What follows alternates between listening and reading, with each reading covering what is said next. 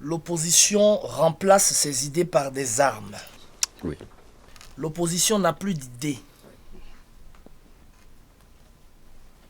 Et cela même au risque de notre vie. Nous les défenseurs de la nation.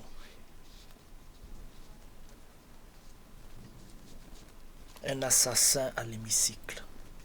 Voilà les titres que je veux voir fleurir demain en première page sur vos journaux respectifs. Oui, monsieur le député, vous pourrez compter sur nous, c'est sans aucun souci. Ça sera fait. J'ai bien été tué par mon ami et frère, Frédéric Yantala. Fermez sa bouche, vite! C'est faux! Ferme sa bouche! Mon frère, ferme sa bouche! Je savais trop de choses sur lui. Et de lui. Il voulait m'éliminer pour ne pas que je sois un témoin gênant dans son ascension politique. C'est faux! Amenez-la loin d'ici! C'est comme ça, il faut mater sur les gens là! Cette petite fille, elle ment! Faites vite! Fermez sa bouche!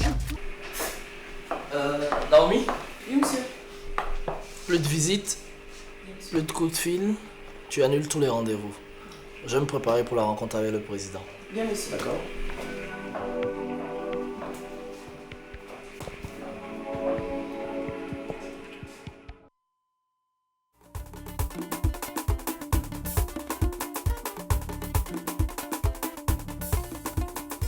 Mon fils, je suis à présent convaincu de ta loyauté. Je peux vraiment compter sur toi et cela me donne des idées. Par exemple, que dirais-tu de prendre la place de ton beau-père au gouvernement? Il me crée trop de soucis en ce moment. Nos partenaires extérieurs se plaignent de notre économie gangrenée par la corruption et ton beau-père en est le symbole au sein du gouvernement. Déjà, des pays et des institutions nous ont coupé toute aide et conditionnent la reprise de la coopération par son limogeage. Pire, il est devenu la cible de l'opposition et d'une grande partie de la population. As-tu une solution? On en trouverait une quarantaine de motifs pour faire arrêter M. Okeke. Ah bon? Bien sûr. Tu iras loin en politique. Merci, papa. Bien. Je pars en vacances pour 2 semaines.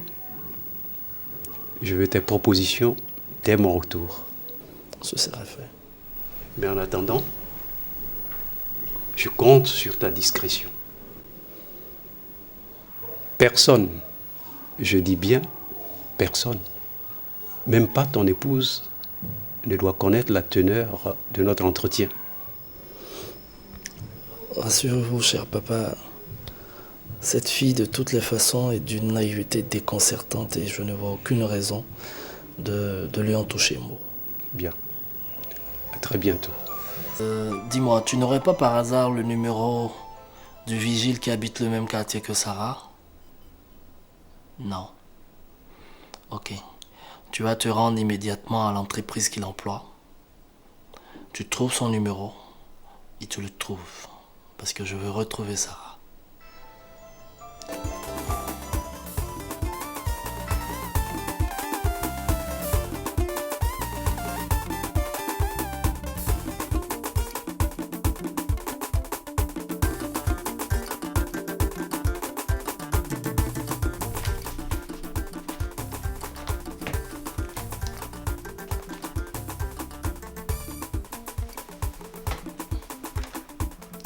Madame Katia, s'il vous plaît.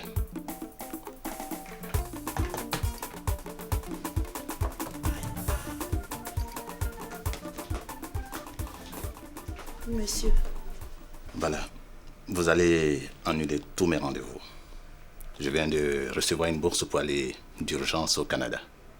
Je ne sais pas pour combien de temps, mais enfin. De ce pas, je vais à la compagnie aérienne pour le billet d'avion. Et puis ici, j'ai du courrier personnel. Je vous en prie, gardez-les pour moi. Ok? À mon retour, je passerai vous voir. Il n'y a pas de problème, monsieur. Voilà, ce sera tout. Merci, monsieur.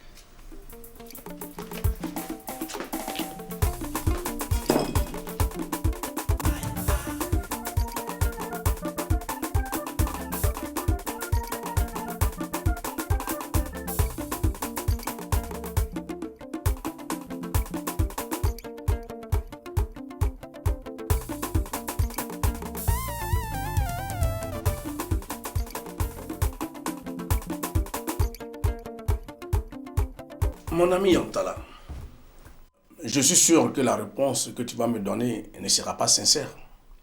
Mais je vais tout de même te poser la question. Entre nous, est-ce vrai que tu seras le prochain Premier ministre du gouvernement ou le ministre des Finances, le poste le plus influent du gouvernement? Je veux que tu me répondes avec sincérité, même si je sais que la sincérité n'existe pas en politique. La preuve, les chiffres que nous donnons à la population sont faux. Par exemple, moi hier, ma conférence sur la maladie du siècle, les chiffres que j'ai donnés étaient en dessous de la réalité. Qu'est-ce que tu veux? Il ne faut pas effrayer la population ou freiner le tourisme. Quant aux bailleurs de fonds, nous doublons les chiffres pour avoir plus de subventions, dont la grande majorité, je dirais même la plupart, rentrent dans nos poches. Tu comprends? On leur dit de ne jamais divulguer cette nouvelle parce qu'elle est confidentielle. Maintenant que tu sais les confidences, est-ce que tu peux répondre à ma question?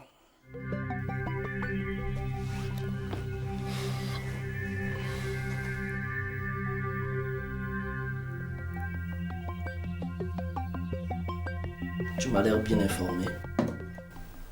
Je suis pas au courant. Quoi?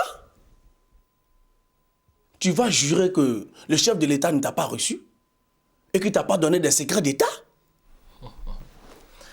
Ton président de la République m'a reçu pour me demander que des mouvements de fonds allant de ma banque s'il permettent de boucler son budget de vacances.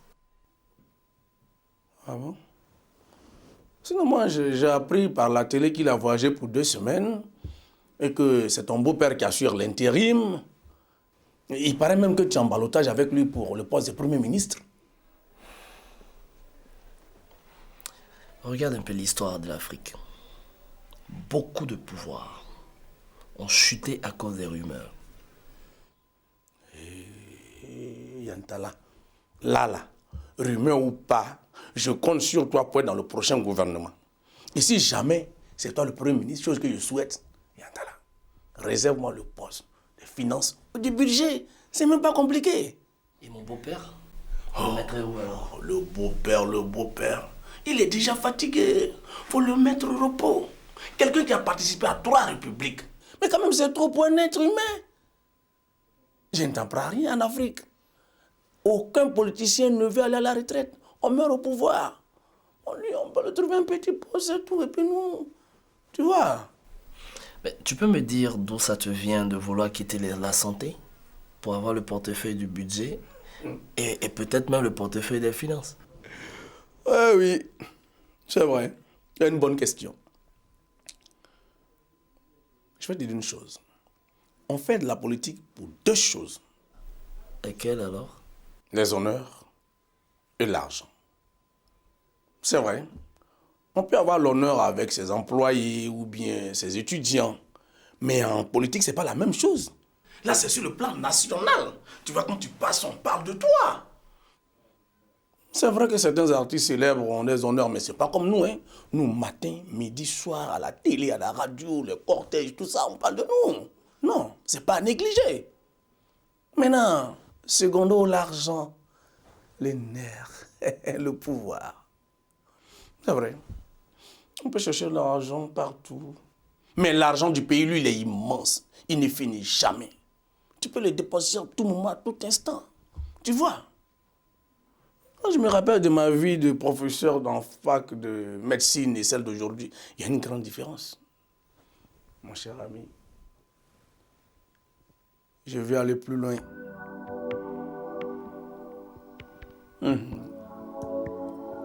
Alors, je compte sur toi.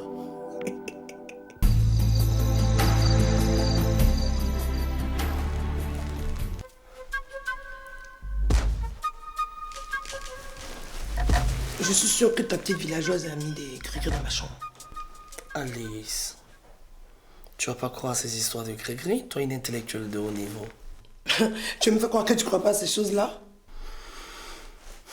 J'y crois pas. Et ce chat qui te suit tout le temps? Il attrape toutes les souris qui me tournent autour. C'est pas ce que les uns et les autres racontent, hein. Tu veux vraiment tenir compte de ce que les uns et les autres disent?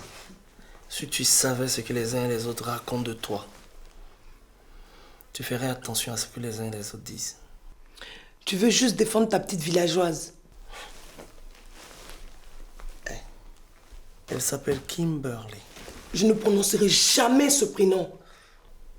Et dis, tu sais qu'elle t'enceinte, cette petite?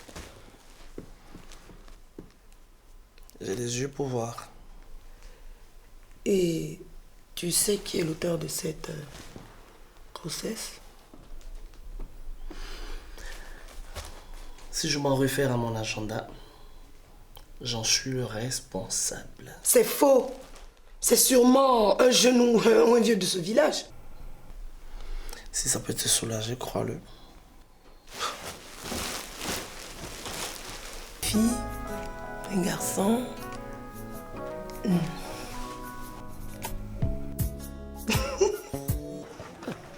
C'était payé. Et l'homme est à ta... Je savais pas que ça aussi, ça existait au football. Hein. Si, président. Même de haut niveau, là. Oui, oui. Mais ça, ben, mon Dieu. Ben écoutez, trouvez-moi le féticheur qu'il faut. Quel que soit ce qu'il demandera, je le veux. Ok. Parce qu'il faut que cette équipe monte en première division. D'accord. Bon, écoutez, on va les suivre un peu. Moi, je vais m'asseoir. Tu viens avec? Ok. Oh.